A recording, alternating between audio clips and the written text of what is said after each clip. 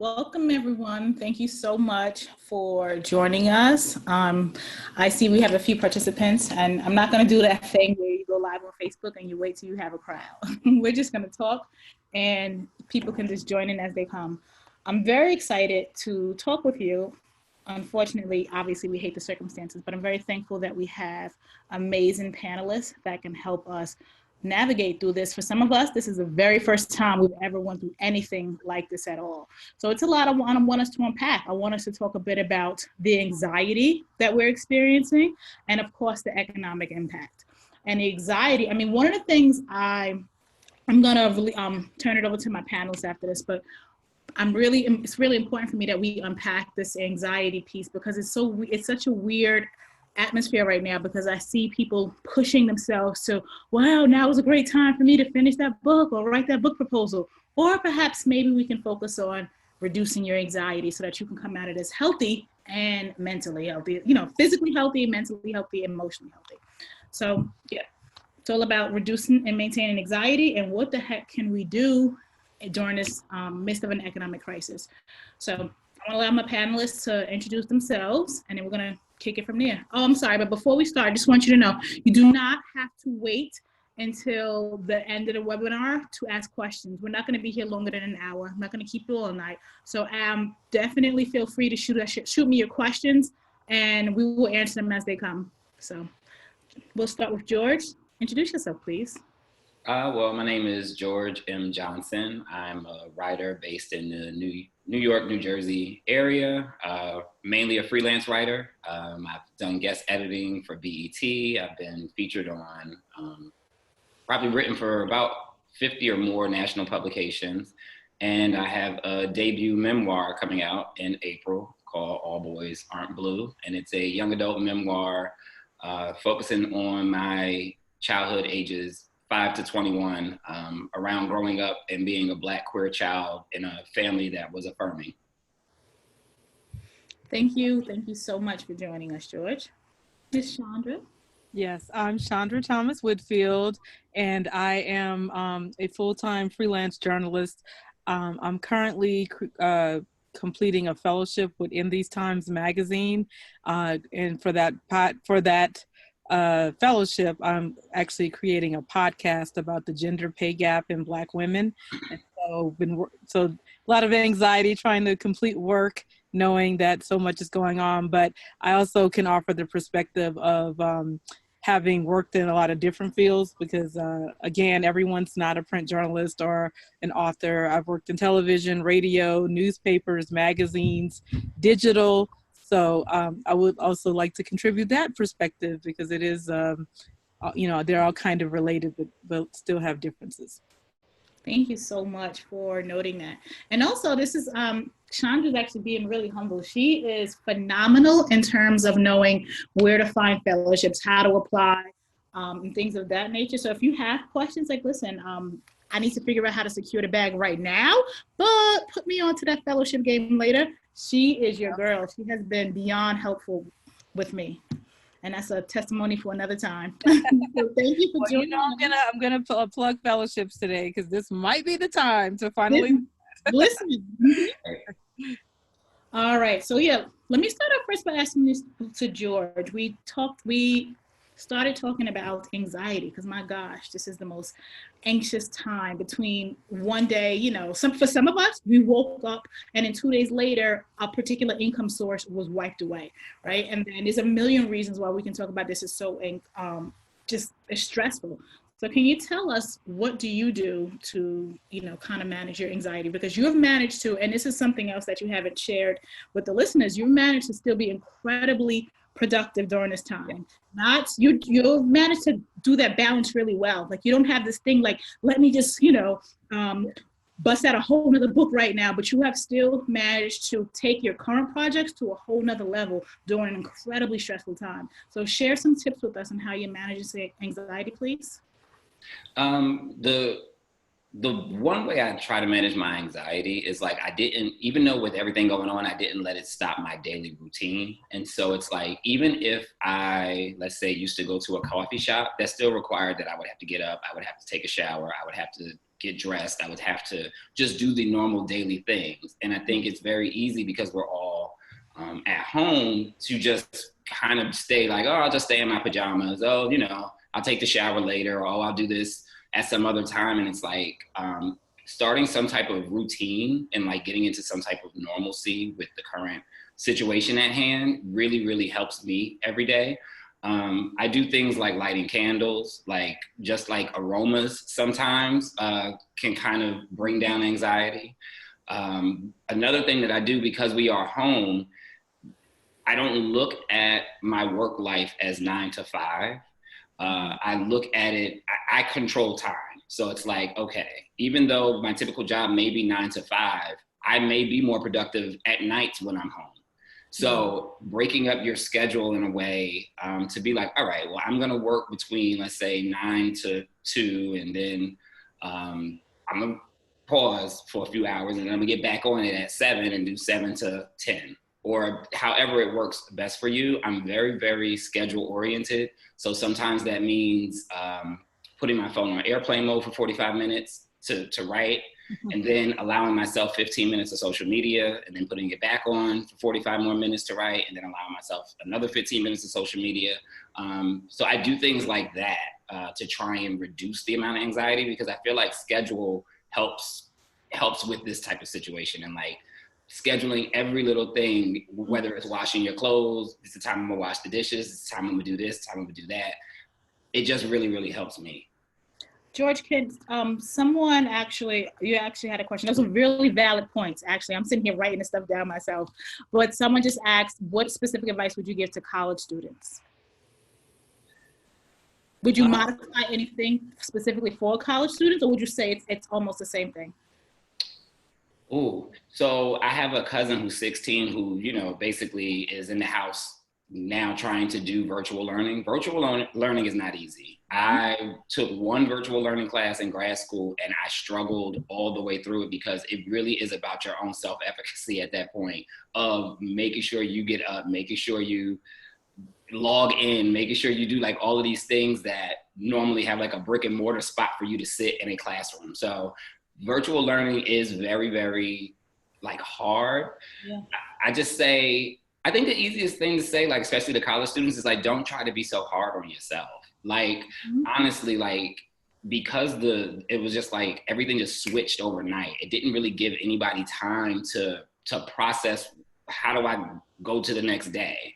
And I liken it to like, when a family member passes away, it's like they were there that day, and then the next day you wake up and they're not there, and you're like, wait a minute, whoa, what do we do now? And so it's kind of like, if you're in college and you're like switching over to virtual learning, it is trying to create a system that works best for you, and figuring out like your likes, your dislikes, even within whatever environment you're in. And sometimes that means, okay, well, for this class, I'm gonna take it in the living room. But for this class, I'm gonna sit in the bedroom. For this class, I'm gonna sit on the porch outside. For this class, and like moving your environment for each class can also help with how you're processing the learning virtually. Can I ask you, those are really valid points. I just want to add to that, because in addition to being a freelance writer, I'm also an adjunct professor. So just like everything is new for you guys, it's new for us. So at the drop of a dime, they say, hey, by the way, convert your entire syllabus to be able to work online. And one of the things that I did is I reached out to all of my students and I said, do you have Wi-Fi in your house? Do you have a laptop? Are you an essential worker? Like, I need to know, like, how are you? Are you caring for somebody that's with a compromised immune system? Like, I ask these questions because I need to know what type of additional support that I need to give each individual student. So when I asked that, some students came back with, I don't even have a laptop, or all of these things that were helpful for me to be supportive for them. So my point is, not every professor will think to do that, because I know that's a whole nother story, but not every professor will think to do that. So perhaps I think it's probably in your best interest if you can also email your professors and say, listen, I'm an essential worker. Like, I cannot go live Zoom just because that's the time our class used to meet. Or, I'm the primary caregiver for my mom, and she, is struggling with this ailment. Or just, honestly, I'm not doing okay, right? I can't, function to the same level I could. So please, if you can be proactive, if your professor was proactive and they reached out, that's fine. If they were not, I promise you, if you can reach out to them and they'll be supportive. And even if they're not, no one wants that paper record. No one wants that email trail. Well, a student reached out and said, I'm an essential worker, and their professor wasn't helpful.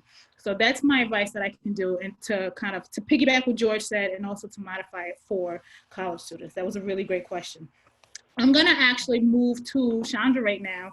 And what you guys don't know is that Chandra has pretty much been a freelancer through some major world events in this country. So I want you, can you tell our listeners about that, right? Because she was also a freelancer through 9/11. Tell us, I think pretty much, tell us what was similar. Tell us the things that you gleaned from that moment and that you're incorporating now. Like any tips you can share from being a freelancer at such pivotal moments in this country. Yeah, I did work through the 9/11. I was actually in a newsroom when it actually happened, which was interesting. And you realize, hey, the world just changed right now. And then I also was a part of the '08 recession, and had an interesting situation because 2007, I was Journalist of the Year for Atlanta Press Club and the Atlanta Association of Black Journalists. And then in 2008, unemployed. So not quite the trajectory that you expect when you're winning awards. So, and it was, you know, pretty quick. It was, hey, come here for a minute, you're laid off. And so I think that after you get over the shock, I think it's very important, you know, kind of like what George and both of you were saying, you have to be in touch with your feelings, because I think, you know, I'm a very, you know, I've worked from home in various capacities since 2000, I mean, in '08, involuntarily, and then 2016, you know, again. And you do have to be organized, but you can't be productive and do anything if you can't focus. And I will say, I'll be the first to admit that when this happened, I kind of had been following it. Most people weren't really taking it seriously. And then when it really kind of hit, I just felt anxious. I have not been able to focus, even though technically I'm like, oh, I have this time. So you do have to be in touch with your feelings. And I think that's why it's important to talk to people, to do things. You need to be healthy. And I know it's tempting, because I will admit I've been in line getting Oreos, but you have to take care of yourself, because you need to, you know, I've been trying to make sure that I have some salad or some vegetables with my stuff, you know, with my meals and things like that. You have to take care of yourself. But my situation is a lot different, because I usually work from home. So I kind of respect George's perspective. But at the same time, I'm now joined by 4 other people. My mom lives with us. I'm married. I have 2 young children. And now I am homeschooling. So working from home was not the problem. Working from home when you have to be a teacher and cook and kind of manage everything. So I think you first have to take inventory of how you're feeling. You also need to get outlets, talk to people. I know I made a list, to George's point, I made a list of all the things that I need to accomplish during this time, because what you do not want to do is look up and feel like you wasted time that we never get. Like, these things happen, I don't know, once every 10, 12 years. And if anything, you want to say, I accomplished something during this time. So be very thoughtful about what you're going to do every day. And also, this is a great time to get out of that list of procrastination. Oh, I'm going to write this book. Oh, I'm going to create this webinar. Do that, because I think ultimately it makes you feel better about the situation, and it keeps you distracted so you don't have that anxiety. It kind of keeps you busy. Thank you so much. I have a question for both of you. Someone asked a very specific question. They said, what do they do if your internship was suddenly canceled at the last minute? Like, you can't start it because of coronavirus and they need this internship. What advice do you have for those people? George, you have something? No. You know, it's interesting because a lot of people are home, in a way, like, depending on what field you're talking about, right? Because like I'm here, like I am a freelance journalist, so it's like, depending on what your the internship needs to be, there are a lot of us who are at home who can actually provide the mentorship now and the guidance, because a lot of us have more free time to actually interact with a lot of the college students who need some type of internship. So you could easily look into seeing if some journalists, maybe have their own LLC or however they're set up and operating, and they can essentially become your internship. Whether that's, because like for me, like I've created free pitch guides before. That's something that I could easily teach to a college student to say, well, do you guys even have a freelance type of packet in your journalism school? Because from what I'm learning, most J schools don't teach freelancing. So, and that's something I just learned last year. So it's like, if you have an internship that was gonna be like at a media company, this is a good time to maybe hit up some of the fellow journalists, hit up NABJ to even say like, hey, there are a bunch of us who had internships at J school.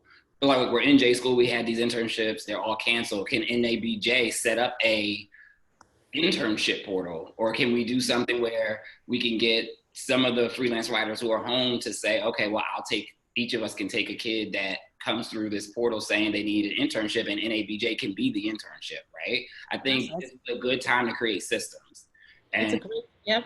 Like, and that just was off the top of my head, but I'm just thinking out loud, and I'm just like, well, this might be a good time for NABJ to say, hey, if you lost your internship, you can intern with us. We'll link you with a freelance writer who's home, and then you can start to create resource guides and things like that. So I would look at how you can use some of the resources we already have in place to create opportunity. Yeah, that's an excellent idea. And I think, like you said, this is the time to be creative, to be resourceful, and to basically be a journalist. I mean, journalists don't always have to we don't always work in ideal situations. I've interviewed people in bathrooms, on the phone, in the parking lot. I mean, sometimes you get that call, and I've actually been with my kids at a fun center and having to get my husband to watch the kids and go stand out in the cold and interview someone. So I think you should take that mentality. And I think that's an excellent point, George.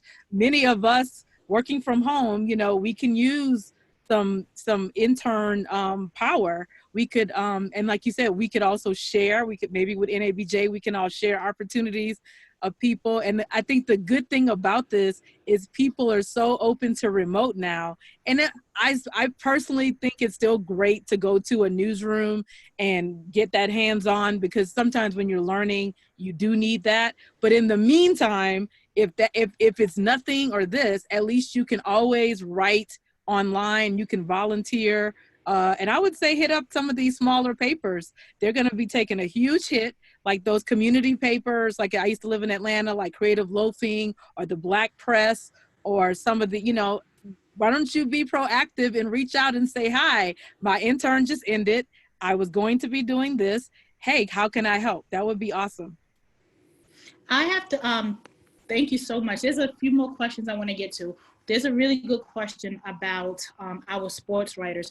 As you know, sports are pretty much frozen, right? So a person wants to know, let me read the question.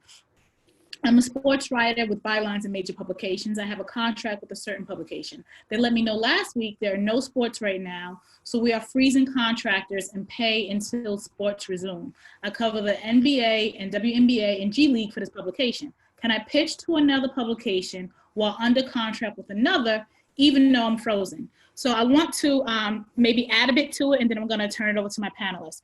This is what I know about, I'm going to talk about the piece that I know and let George and Chandra fill in the rest.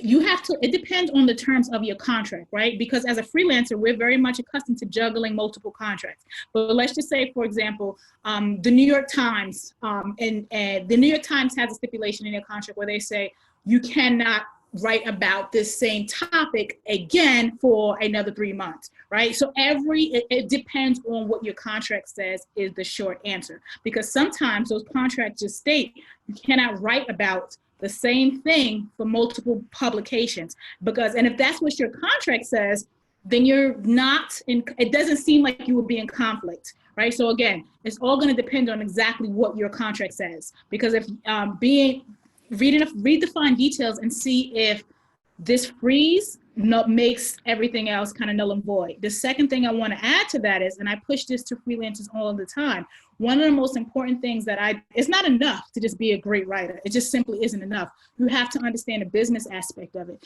And we're not going to just, go to law school and go get your, MBA right now. So what we do have to understand the business aspect. And one of the most important things that I did was join the National Writers Union. There are lots of writers unions. I can only speak for the one that I joined, and it is about maybe $10 a month. You can write it off on your taxes, and it is literally like having lawyers on call for $10 a month. You just don't get that anywhere. So when questions like this come up, I can hit up the NWU, National Writers Union. I keep wanting to say NWA. I can hit up the National Writers Union. That would be interesting. hit up NWA. Send them my contract, and they will help me navigate that, because we can just talk to you about our experiences as freelancers, but the wise thing to do is to get a squad of lawyers, on your team for about $10 per month. And I'm pretty sure, and I don't want to speak for them, but I wouldn't be surprised if they're working extra hard with freelancers right now, given this time. So that is something that I would actually recommend to all freelancers, because what you can and may not be able to cover may be kind of tricky. So this is not a bad idea. So review your fine print, because it may come down to you cannot write about sports at the same time for different publications. And if that's what it says, then you should be okay to still pitch other publications.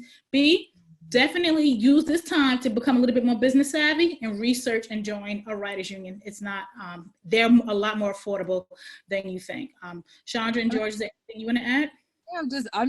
First thing I would do in this case, sometimes it's not good to ask, but I think you should just ask, hey, what can I do? And I'll just add this as a commentary. It's sort of kind of piggybacking on George's idea of being innovative. One of my big criticisms when I talk to young journalists is they always want to do sports, more like play-by-play coverage. They want to do fashion. They want to do entertainment. This is your time to do those in-depth features, profile, okay, what is Drew Brees doing while this is going on? Is he training? I just saw Drew Brees, he's a Saints quarterback. So I'm saying this is your chance to actually do those in-depth, maybe more investigative pieces. This could be a great opportunity, because I think sometimes we get so bogged down in fluffy, so-and-so's Grammy party and all that. How about you take this time and say, how is this affecting, what is Steph Curry doing? What's the business impact of this situation on sports? I mean, a lot of people lost jobs. There's a lot of empty arenas right now. So I would say take that approach instead of worrying about the day-to-day game coverage. So to speak to can I pitch another publication while under contract with another, even though I'm on a frozen status? The easiest way to get around that is to write any new articles under a pseudonym. People do it all the time. I've had to do it because of certain contract things. Trust me, it is a system that a lot of people do. They literally start to publish under a different writing name for those particular articles. That is the easiest way to potentially get around any type of issues like that, because during a pandemic, it just is what it is. Nobody has time to be going back and forth about what I can and can't do to make money if you're not. So I'm gonna say, I'm just keeping it 100 the easiest way. And because I know there are several freelancers who I'm very cool with that work for publications that are currently writing under pseudonyms for others to keep their money coming. So I'm just under a pseudonym until the freeze is over. And nobody would ever know, Just get that direct deposit. That is very smart. Yeah, nobody would ever know, right under your, I don't know if you're married or whatever, right under your husband's name. And, seriously, you got to be creative during these times. But it's if you got a husband that's all right, well, we're going to write these articles under your name. And I think you hit the nail on the head when you said you got to be creative in these times. Yes. I have a few more questions. Somebody wants to know, and I'm gonna put a pin on this, but they're pretty much asking, how do we secure the bag right now? Where can we pitch to?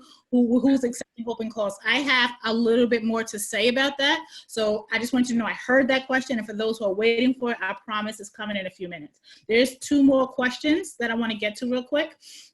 One question is, how are we dealing with editors who seem to have ghosted us during this time? Either one of y'all. What you got for me? What you got? I'm like, how are we dealing with them? I mean, for me, it's like, you know what? I reached out to a lot of my editors, like, all right, so what is the deal with us right now? And so most of them said, well, we can't, have any freelancers for the next 4 weeks or 6 weeks or this many weeks. So it just was an honest conversation to start with. I guess in that realm, unfortunately, a lot of the brunt of things fall on editors. And so it's like important to remember, like, the editors don't control the house. Like, they don't control the money. They don't control the bag. They just kind of are the middle people that get caught up in between you and your money. And because I was one of the people who sued Ebony Magazine, trust me, those editors fought for us very hard. So your editors typically are fighting for you to get some type of work. They're not just ghosting you, but they're probably also burdened right now because if they removed all freelance work, that means they have to do all the work. Like, and they're not used to having to be to writing as much. And so for me, it was like, okay, well, it's time for me to start finding new editors. And so I haven't had an article come out yet, but I did write an article for a new website that'll come out probably this week. But like, that was my first time writing for them. And so, yeah, it was like, all right, well, let me start to seek some other opportunities. I think this is also a good time to expand your reach. Mm-hmm. I used to write for a lot of HIV publications, like thebody.com, The Body Pro. They pay extremely well. Look into, like, because some publications are backed by advertisers that are pharma. Yeah. Pharma money ain't going nowhere. Like, so if you got to think about, like, science journals and medical journals, like places that are literally funded by entities that are going to be perfectly fine through this whole thing. Their money gonna keep, like, they gonna keep on putting out information, right? And then, like, like, I even seen, like, GQ, like, that's another thing too. Like, you have to keep your eye out, like, on social media. A lot of editors are posting publicly, just like, hey, I'm looking for pictures on how y'all getting through the quarantine. I'm looking for pictures on how y'all getting through this or how y'all doing that. So I think it's important to do that. And I think the final thing is it's important to reach out to other writers. Like, everybody is not writing. And I know I use a double negative, but everybody's not writing, right? Like, if you see that there are still some freelancers who are out there still kicking out pieces, hit them up for a chat. Like, hey, like, how are you still able to keep work coming in? And how are you still able to, and can you connect me potentially to someone, or do you have the ability to offer me to be able to write, sometimes. I've gotten so many opportunities just by DMing people who were mutual followers of mine on Twitter. I've gotten many, many, many opportunities that way. Actually just got sort of ghosted, so I want to add to that, right? One of the things, the first thing I can say is, please do not take this personal when you get ghosted, especially right now. I've reached out, I pitched an editor that I've been working with for years, probably one of my favorites, fantastic relationship, haven't heard back zilch, which is not the norm, right? But I actually just happened to be on social media on a different site, and I saw her saying, I literally just broke down crying in my office. This is just too much, talking about her own stuff and how she's processing it. So sometimes it feels like you're getting ghosted, but that's the wrong language. Sometimes you don't know what they're dealing with, and we're used to, so try to reframe how you're thinking about this and understand that we are all dealing with this at the same time, and you may have no clue what that particular editor or that the pressure or stress that they're under. I would have never imagined that. I was shocked to not hear back from this particular editor, but when I saw her publicly be vulnerable about, how she's been breaking down and crying, it's a lot, right? So let's reframe and give editor, I understand, but let's try to reframe and give editors a bit of grace, because just like things are crashing for some of us, it's certainly possible that it's happening for them too. And just for your own peace of mind, let's reframe this and say, I'm not being ghosted. They just, haven't had this chance right now in the midst of what we're going on. Sandra, did you want to add to that? If not, I want to move to the next question. I would just echo what you said. I had a story that I turned in that was completely un-corona related, and it was for a health publication. I didn't hear from the woman for like 3 weeks, and I just said, hey, we're all dealing with a lot. So I reached out to her. I said hello. She's like, yep, I'm swamped. And you just have to be understanding. And I think that's what we all have to realize is it's not personal. Everyone suddenly had to change every way that they work. So just be understanding. And then to piggyback off of George's point, just start pitching somewhere else. Like, you know, there's Corona stories, there's people who don't want Corona stories. Just get out there. And so what I was going to say, my words for this whole webinar was going to be self-care first, flexibility, and networking. Those are the three things I think you need to focus on. Absolutely. The next question is about an LLC. It says, what advice do you have for a freelancer, for a freelance writer that is setting up one or has one, but doesn't know what to do with it next? What are the benefits of having one? I could speak to the benefits and then I'll throw it back out to our panelists. The benefits, there's a lot of benefits. One in particular is that it's a separate entity. So let's just say George M. Johnson, LLC, you know, that's one entity. And then like just George M. Johnson is another one. So let's just say George M. Johnson owes some people some money. Maybe he got sued for something. Maybe he got like an old repossession or, you know, something crazy going on from his past, like years and years and years ago, right? And this is the way the banks work. Let's just say if George owes like, you know, 15, 20,000, George M. Johnson. So then he gets his book deal. He comes into some money. So he can make it rain. You know, he's killing it, right? But if he sets up George M. Johnson LLC and he puts that advance check in George M. Johnson LLC, the money that George M. Johnson owed cannot be touched, right? So the opposite, the flip of that will be, let's say George set up his, he got his book deal and he put it in his personal name, not his LLC. He put his advance in his personal name. If he owes money from like 15, 20 years ago where he was in college and he dipped out on his rent or whatever, they can go in there at any time and freeze his account and take that money. So setting up an LLC distinguishes, you know, the business from your person, and it offers you more protection. So, George, do you want, or Sandra, do you want to add anything more to that to give them advice? Yeah. And so before I became a journalist, I was a CFO of a nonprofit in Washington, D.C. So I have a lot of like financial background experience. Currently, I don't operate using an LLC. I just operate using my own social. That was a choice that I made with my accountant. So answer number one is you need to get an accountant, like a really good tax accountant. It was a personal choice I made because LLCs have a lot of benefits. The other side of that though is you really have to pay yourself. So it's like the money has to come through the corporation, then you have to pay yourself. And then when you're paying expenses, you have to pay it out of an account. Like it can't be your personal account. Like, so what you pay yourself is what you pay yourself. But when you're paying expenses that are related to your travel, your this, your that, you have to have a separate account set up specifically for that business that those transactions are coming out of. You cannot commingle the money.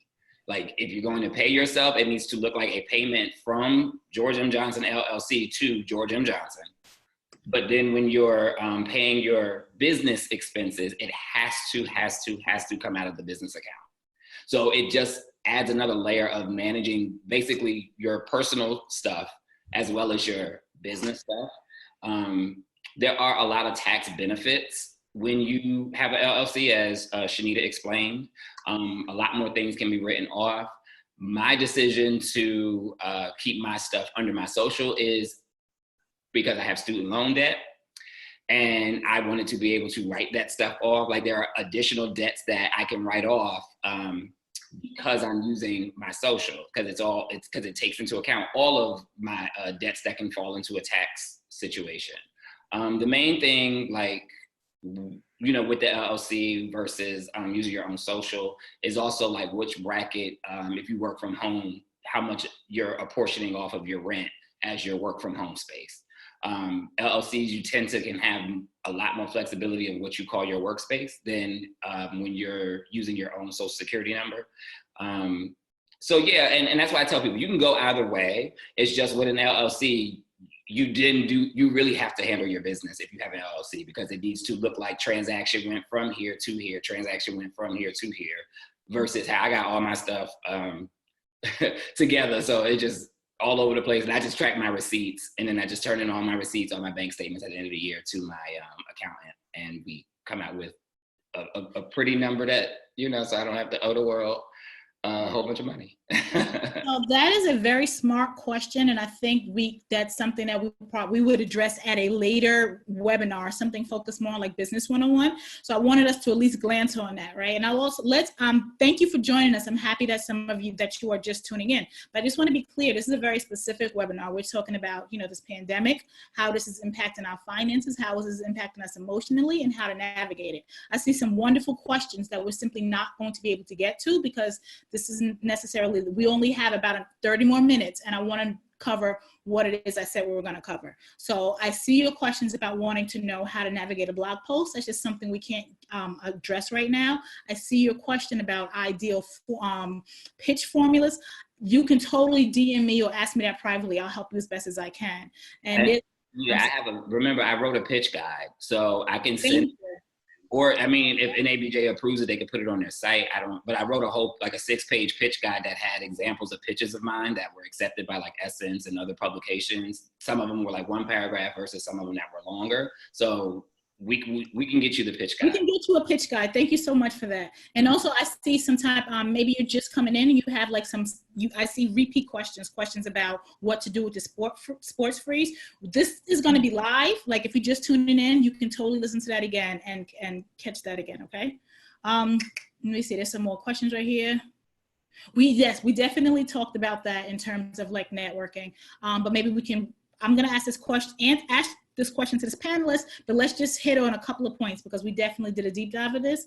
As a freelancer, I tend to believe it's best to keep all doors to writing opportunities open. Is a pandemic a good reason to stop writing reporting for certain publication? Should I continue writing reporting if a certain company has proven to be unreliable and making payments in a timely manner? We have a lot to say about this, but let's just try to, in the interest of time. I'm just going to say, I'm also one of the people that sued Ebony, right? I don't know how else to say this. If you already know that a publication is not paying, you should not use this valuable time of yours to write for them for free. Because if you're looking for an internship, maybe go to Ebony. They're not going to pay you. I don't know what to tell you. Don't write for publications when you already know they're not paying you. Just because it's a pandemic, I don't think you should do that. Unless anyone else has anything different to add. Yeah, I think like you said, you have to be smart. People talk, ask around, but you need to be efficient with your time. And to be honest with you, most publications will have a really good excuse or reason now. So, I mean, I've had to just say, and then also there are some places that just don't pay enough for the work. So you just have to be efficient. Now, obviously, you have to be open-minded because, maybe that $50 might pay your cell phone bill. But I'm just saying you have to think about the history of the publication and you have to be very efficient with your time. And that's pandemic or not. As a freelancer, the more time you take, you have to look at yourself as getting paid per hour. And if it just doesn't, add up, you need to move on. But I will say, flexibility. And I know a lot of people, I think nothing's wrong with specializing in sports or fashion or whatever it is, news. But I think what saved me during the recession was flexibility. I could write about bees. I could write about, the only thing I don't do is sports actually. And I could do that if it was like a profile or something. But I would say this is the time to be very flexible about what you do. And don't get caught up in, I've never done that. I mean, just do a good job and be open-minded. And we all have research. So did I know anything about bees? No, but I learned about them for the check, So I think you definitely want to do that. And this is when you network. I would say when I was unemployed in 2008, I actually had mentees who I had mentored in high school, college. They were hiring me because they were now editors or staff writers and they could put in a good word. This is when you clamp down and get into your NABJ, your SPJ, all the different professional organizations, because really networking is going to be key. And that's what I said. I said self-care, because you can't do anything if you're not in a good headspace or a good health.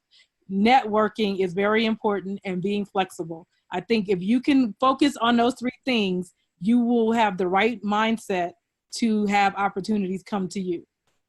I want to actually kind of amplify something that Chandra just said in terms of being flexible. you are a whole person, right? I am an adjunct professor and I teach criminal justice and political science and all these other things. So yes, I write about things on that beat, but I am also a mom. I'm also a woman who's trying to figure out, how do I eat better? How do I date as a single mom, right? You're a whole person. Consider these other entities and don't pigeon yourself in, right? You can write about, I don't care if your beat was like sports.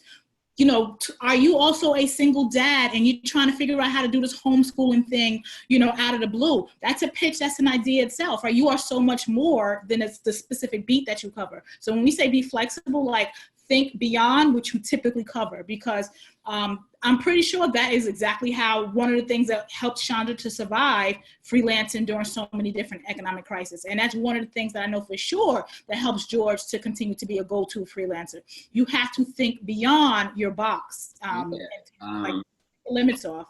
Yeah, so for me, like some of the stuff I'm doing currently. So like, of course, the book. And so like I've already written one book, which comes out next month. I have a second book that's a graphic novel about the Stonewall riots that'll come out in 2023. But then I also use this time to write the proposal for the next book that my publishing house had. So that's already now off to the publisher for review. Another thing that I'm doing that I've often done, I edit guides that organizations create around topics that I'm like, quote unquote, the expert in or the subject matter expert in. So for instance, like the Human Resource Campaign is working on this African-American coming out guide. And so it went through me first though, for edits and changes and rewrites. And so that was like a project that I did with them. And so like I get to now do more projects with them that are like that. I'm currently working with an HIV organization and we're creating these guides for when a person tests positive and like, but updating it from like the older versions to make it more warm and more person-centered and a lot less medical and a lot less rigid.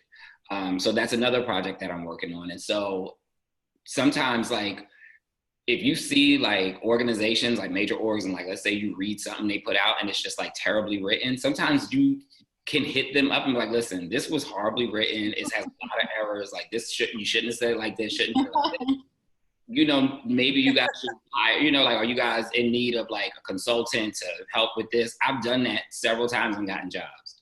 I think about writing, like she said, like, I don't think about writing just as like journalism or just as an op-ed or just as like this thing. It's like, if I'm a good writer, I'm a good writer here and I'm a good writer there. And so I can edit, so I can create pitch guide. I can do so many things. I can write books. And now, now I'm like, okay, well, maybe I can do film and TV writing too, right? Like, I just need to figure it out. But think, like you said, think about yourself as a whole person and think about your writing as a whole thing, not just like some pigeonhole thing. Like writing, again, there are so many things that we don't realize that writers have to create. And so it's like now doing that research, now we have time to really look at the other ways and areas that writers are needed. I'm also working on a project where I'm writing like the script voiceover for like an animation. I don't think I ever thought I would be doing it, but it was like, they asked, can you do that? I said, well, I'm writing a graphic novel. I didn't think I could do that. So yeah, I'll try it. And it's working out, right? Think about, I just encourage you to expand your writing. And look at all the ways that writing shows up. So that's what I love about what everyone is saying. Like, this is the time to be creative. I think that a lot of times we spend, it's so funny how we always say, oh, if I had time, I'd write this book. Oh, if I had time, I'd write this script. And then it's like, you have the time and then people just sit there. I'm like, time is just so hard to find. And I don't know, maybe it's because I have young children and, I'm working and doing things, but what I love about what my panelists and moderator is saying is use this time and be creative. And what's great about this situation is that everybody pretty much in the world is dealing with something related to this. Usually if it's like a hurricane, that's just one region, or if it's some kind of natural disaster. But this is a situation, people are trying to date. People are trying to figure out how to connect with friends. Tell people how you're doing this. You could be a student writing about how hard it is to focus and do your work, but then say, I found these tactics that help, some of the things you learned at this webinar. So I think the key is be creative and don't limit yourself. Because a lot of times people find their passions in situations because they had to make money. I mean, I know people who didn't think they could do business writing, sort of like what George was saying, and opportunity came, and now they're like a business writer, but they would have never tried it if they were in their comfort zone. So I think the good thing about these situations is it really pushes you out of your comfort zone.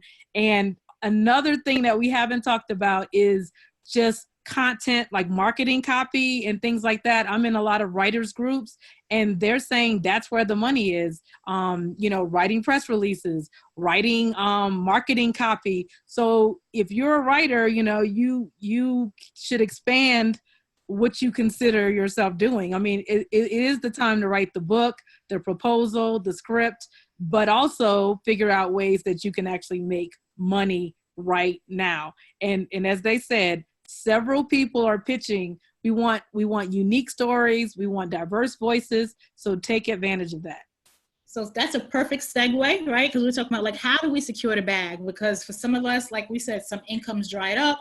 A lot of things have changed. So I actually spent a good portion of this week speaking to some hiring deputy editors, people that are in hiring positions at publications, because at least two of them have a few positions open. They just don't have the bandwidth right now to do a huge call on Twitter and be like, hey, we're hiring, we need these positions, because their emails will get drowned out.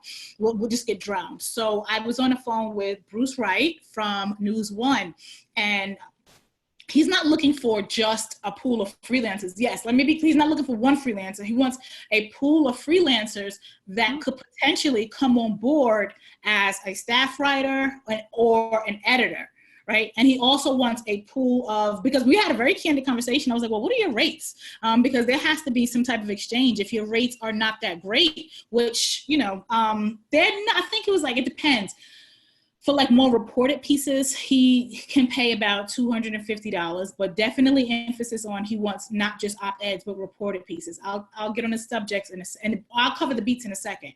So when he told me the rates, I was like, that's not a lot, but what is your exchange, right? Because we're going to keep it a buck. New York Times for their digital does not pay a lot. But when you write for New York Times, that it's probably going to lead to a speaking gig. So there has to be some type of exchange. So what he's willing to do for some type of exchange for the rates is consistency, right? So if you come on board and you guys figure something out, then you can develop a schedule where I'm going to be writing for this publication 3 times a month. So at least I know that's X amount of dollars that I don't have to hustle for, right? So you'll have the benefits of consistency if you come on board with them, and the opportunity for growth. And I'm not being a talking head for them, but I'm just saying from our meeting, because I was really asking him the tough questions, because I was like, if I'm going to talk about you to my people, I got to feel okay with you first. Yeah.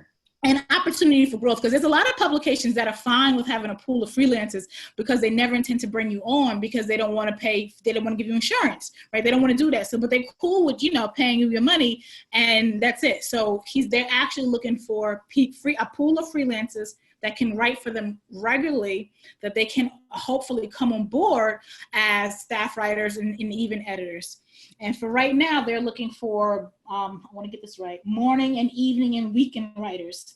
I'm actually putting this information in a chat as well. So morning, evening and weekend writers, beauty, travel, food, health, politics, right? There's a whole list I'm going to put in there. But remember, I don't want to, do not put yourself in a box, right? And if you are a sports writer, especially if you're a sports writer and you say, wow, I don't know if I can write about lifestyle. Well, think about how you're trying to figure out how to stay fit during this during this pandemic while we are on house arrest. While we're on quarantine. Figure out how you're trying to stay fit. This is a time to get that ankle monitor off. No, I'm just kidding.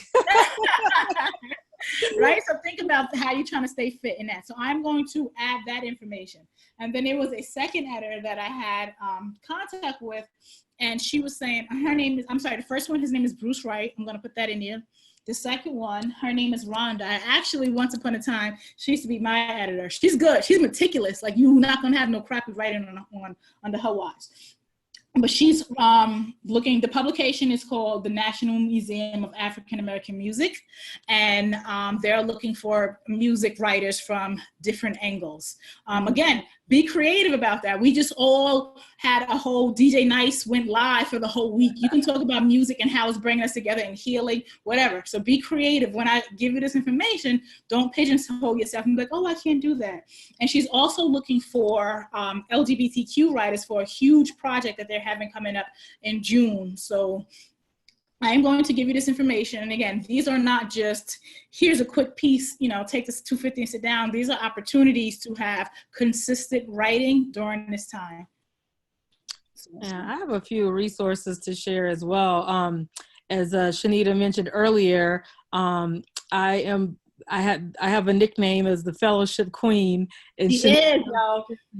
So, and I know we'll save that for a more in-depth discussion, but fellowships are completely, I don't feel like Black journalists are taking full advantage of them, particularly freelancers. And when you get paid, when each month you start with $0 and have to make your rent and all those things, I think that you should consider something that will give you a lump sum of money without the structure and schedule that many of us are trying to get away from. So I would say Google journalism fellowships and look into them. I did find this list, and I have to say I haven't followed them closely, but there was a website that I came across called savejournalism.org, savejournalism.org, and it has resources for journalists, and it even has mental health resources, which we all need, especially right now.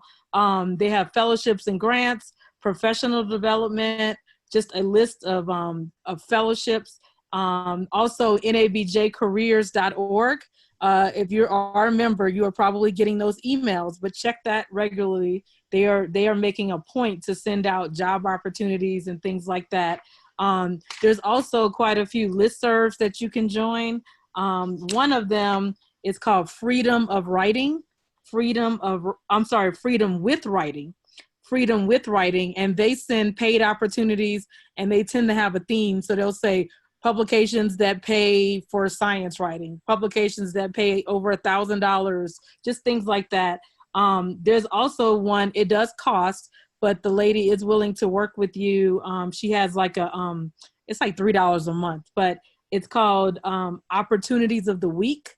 And I'll give you her email. It's Sonia, SONIA Sonia _Weiser, WEISER at OPPSoftheweek.com. So SONIA _Weiser, WEISER at opsoftheweek.com. She sends out a pretty comprehensive list weekly, and she does this out of her free time. So she asks for a donation or a monthly subscription.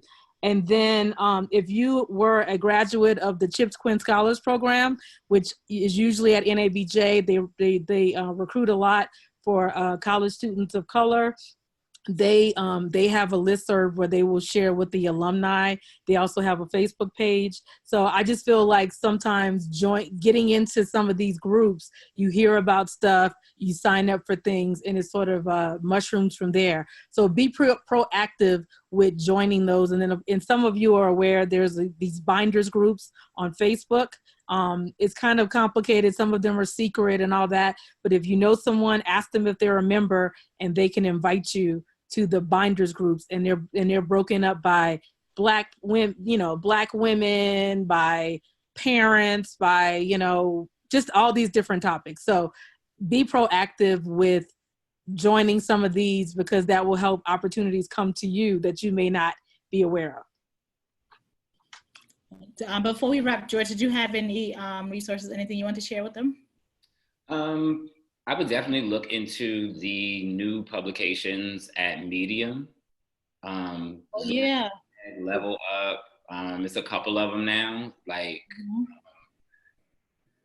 they pay well, they pay fast, and I don't know what their funding source is, but they are still like, so, and we all hope they continue. yeah, I have not seen any of their writers say we are going to have an issue. So Zora pays well and on time. They pay about $1 per word. Yeah, and so definitely look into those two publications. But Medium has like a lot now, like because they're like building out this whole thing. So look into like Medium. As I said before, look into niche publications around science, around healthcare, and around like the intersections. Because there's still a lot of stuff that needs to be covered around COVID and just around how like all of a sudden it's starting to spike in Black communities like Cook County and Wayne County out, in the Midwest. Someone's gonna need to start talking about, okay, is this a situation where testing kits are not in Black areas? Like what's happening, right? And so, yeah, I think that's, yeah. So I'm going to ask this. I'm sorry I wasn't able to get to all of the questions, but in the interest of time, I have a question about networking. How would you go about networking during this time, just to get some personal advice? Would you send a simple email? What's the best way to we can't meet face to face. What's the best way to build these relationships during this pandemic? If we could wrap this up really quickly, if you can each share one tip on how to build professional networks during this pandemic, we can close it up with that. I would say, okay, go ahead. I'm sorry. I was gonna say, like, realistically, it is like if you're mutuals with somebody, that means that they're following you for a reason and you're following them for a reason. Shoot them a quick direct message, and in the direct message, just say, "Hey, is this the format that you can speak, or is it better to reach you via email? Or I just have some questions about some things. Can we maybe set up a phone call?" Or just be kind about it. That's really the best advice I can give. I've never had an issue with any journalist that I've hit up in a DM to ask questions or to go back and forth or to chat it up with about maybe project building or anything. So yeah, and email, and I will say, if you go to a person's thing and they have a personal website, you may just want to go through their personal website and the email and go that route. My advice would be to take inventory of who you already know, kind of look, who do you know? I mean, once you freelance, people move around. So take inventory of who do you know, where they are now, reach out. You have an obvious thing to discuss. Hey, how's it going? This thing is crazy, right? So you have that opportunity. But I would say, just to give homage to the source, the platform hosting us, this is when NABJ and like organizations matter, because we have to stick together, we have to share, and we have to lean on them. And so, I don't know what's going on with the conference. I don't know if the convention is going to happen or not, but this is when organizations like NABJ, everyone says NABJ is a family. This is when you need those connections, and you need to tell people, I just lost my job. And put it out there. There's no shame in the game. Let people know I'm looking for freelance. I don't have a job. And also, be a journalist. Look at the resources being available to coronavirus impacted people and sign up for them. There might be free this or free that, or they might be, relieving you of certain debts and things.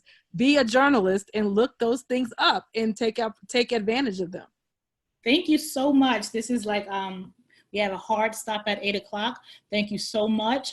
Again, for those who joined late, please feel free to listen to this from the top. And I also put the information of the editors that are hiring. I wrote it in the chat. Thank you to our panelists. Thank you so much to NABJ for hosting this. And remember, be safe, be smart, and network responsible. Have a good night, everyone. Hi, everyone.